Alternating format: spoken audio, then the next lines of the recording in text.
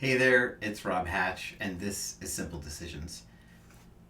Setting boundaries. This is something that I get asked about quite often in terms of how to set boundaries, particularly if you are working in an office space around each other and there's a lot of demand on your time, incoming messages, Slack messages, messages on Microsoft Teams, whatever it may be. The flow of information and the need or the feeling of that need to respond all the time, or just feeling overwhelmed by the workload that you have. And one of the ways that I talk about this is through an experience I had when I was leading an organization as the executive director. I had this one fantastic employee. I had many fantastic employees, but this one particular employee who just was a get it done kind of person, right? And I knew that I could riff with her, come up with new ideas, new projects, new programs, whatever it was.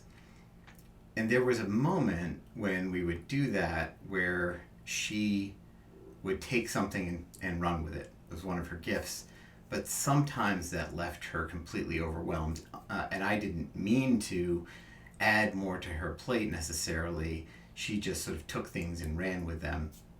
And one day she kind of had a moment where things were just too overwhelming and told me that all the things that were on her plate.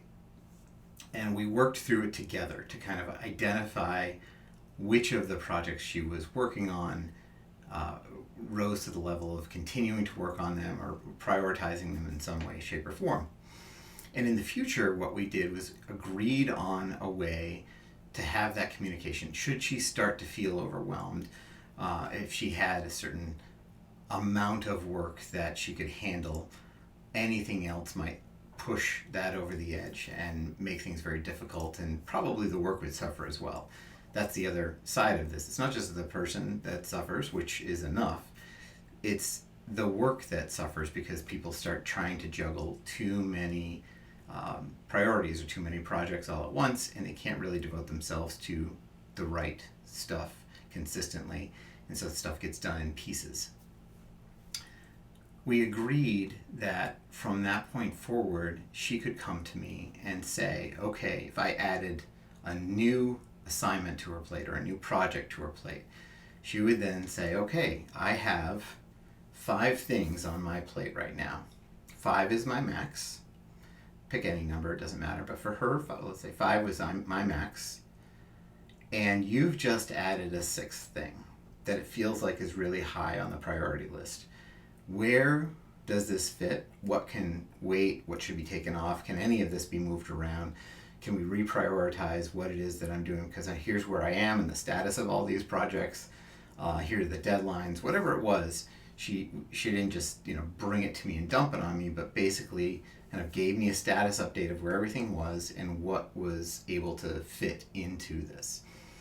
And from that point on, we had a much better working relationship, and she knew exactly where she could be. She set this boundary of saying, I have, this is my full plate. And only she could know what that is really. And given the number of hours she was working, given whatever else was going on for her, this is my full plate, and you have just made it that much more full. So how can you help me to priority? So I gave her that permission to have that conversation with me. You may not necessarily be in a culture where you have that express permission, but by coming to whomever, your supervisor, and saying to her, look, this is the workload right now. This is where I am. This is how how it fits. This is the status of all of these projects. We're talking about adding this other thing, and I'm not sure either I or my team or the people I'm working with we can't take on that other thing until this goes away or something happens.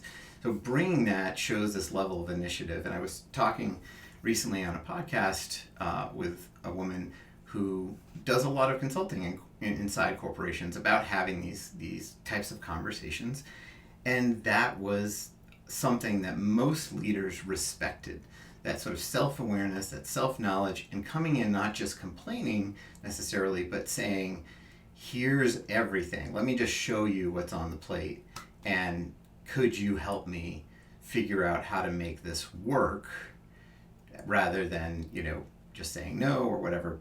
You're setting your own boundaries, but it really does start with understanding what it is that's on your plate. What is the status of your projects? How much can you handle? So a little bit of self-knowledge goes a long way here in understanding that. But also, when you need to set a boundary, it isn't always just something that you need to do alone. You can involve the people around you. You can involve a supervisor. You can work with the team to understand what is the capacity here and what's putting it over, and then maybe think about how to restructure that.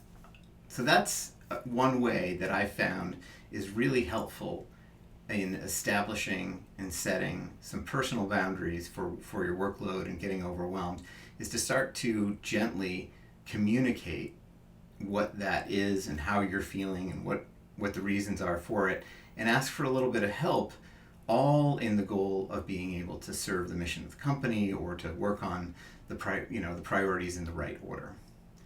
I'm Rob Hatch, and this is Simple Decisions.